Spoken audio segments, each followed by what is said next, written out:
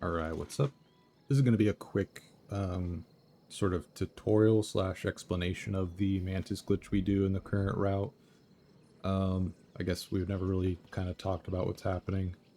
Kind of stepping stones of what we learned along the way as a community, but we never really came up with a tutorial. But I'll just kind of go over some of the glitches we're using and combination of those and why that sort of causes this to work. We still don't we don't know why dying during planet uh, loading.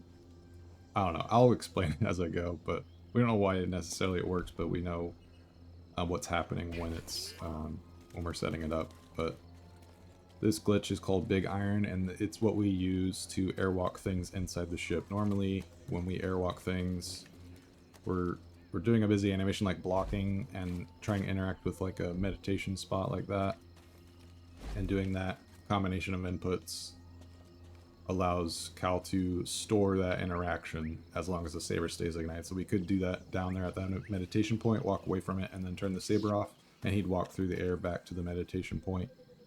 And we can use that for several setups and different skips that we've used throughout the years on different routes. But we didn't have a way of doing that in the ship, because if you try to block and interact with stuff in the ship, you'll just put the saber away immediately. But with this glitch animation we call Big Iron, we're just blocking and dodging as Cal's putting the saber away. Or you can also block and jump, but that is not as reliable. There we go. But yeah, doing it block and dodge is usually just that much more efficient to keep moving along. What are you doing, kid? But we will try to interact with the meditation point first, because that kind of half sets up BD's like AI to be in the ship.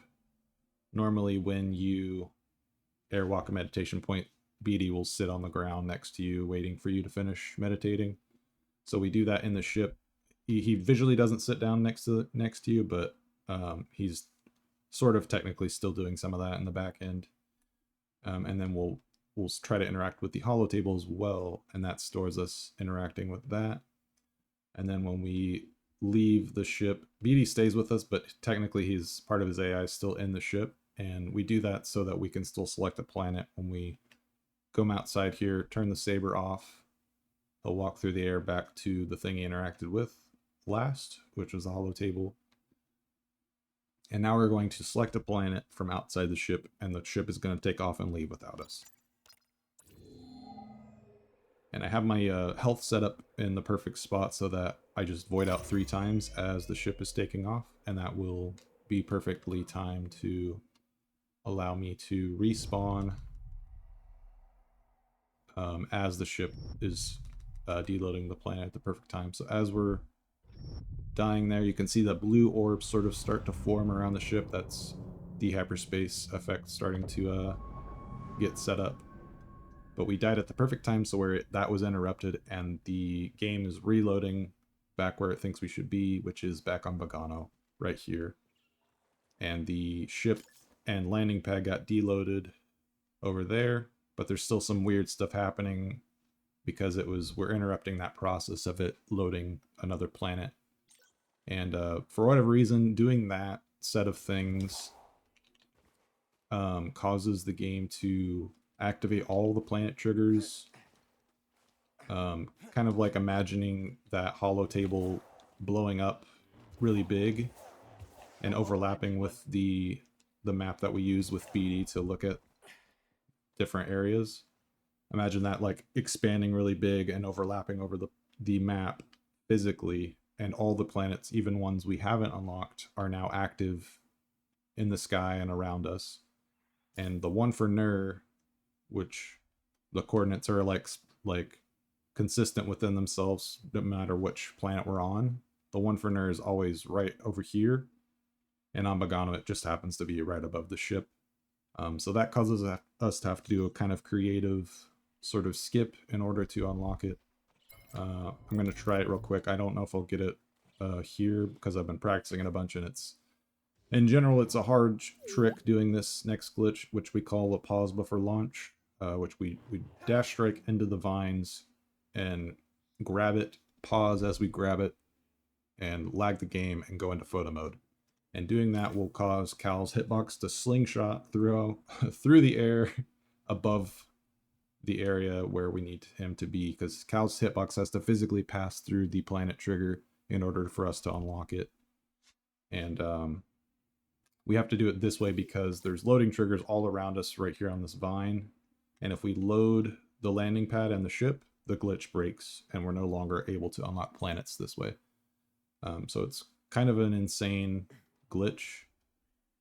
But we're going to try it here a couple times. I have a couple setups I've been working on to hopefully launch me perfectly where I need to be.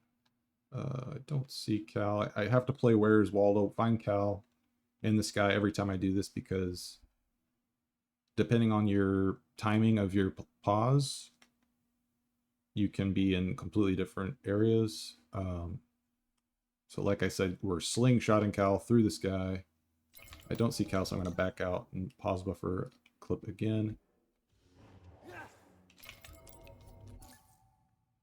That felt decent, but I don't see Cal again. Oh, there he is. He's kind of like right above us, which I don't think will work. So we're going to back out and pause buffer clip on the way back. Let's see if we hit the loading trigger. I don't think we did. Yeah, we're good. We're good.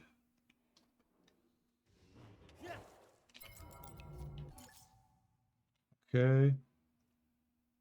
This seems like it might be good, actually. I might try one more time, but Cal's right here. He might have passed through it before as I was pausing and photo moding.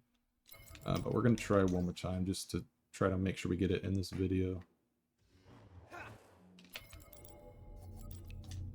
But yeah, that pause buffer clip, we're going into pause and toggling something like motion blur or film grain, and that allows the game to lag slightly and gives us some extra time to photo mode. I don't see Cal again. Where is he? Is he to the right? No.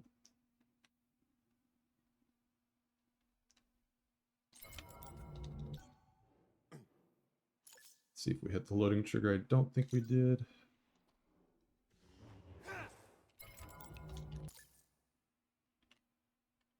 Yeah, this is the current setup I've been using to try to consistently hit the planet trigger. It's the safest and most consistent that I've found. Other setups have caused me to hit the loading trigger a lot more, and yeah, I'm hoping to get this in the GDQ run because it'd be really cool to show off. But if not, I'll just travel to JFO and do the backup there, which is only a few minutes slower, but should still be well within the estimate that I set up. All right, it's not getting quite the result I want with the direction. Oh, there he is over there. Too far to the left.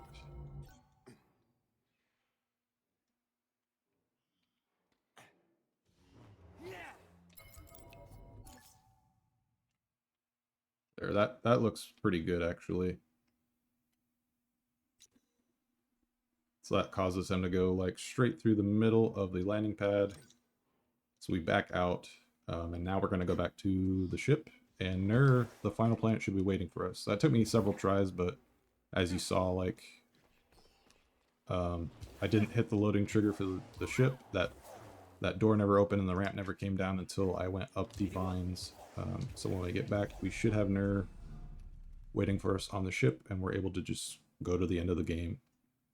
It's kind of hard to visualize because the trigger is like literally invisible, but we're launching above the ship, and the whole trigger for Nur is like really big cylinder, like right around here in the sky.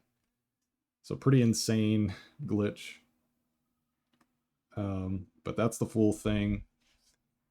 And let me know if you have questions, because I know a couple of translators are asking me about how to do this, and hopefully that's a good explanation, sort of. But yeah.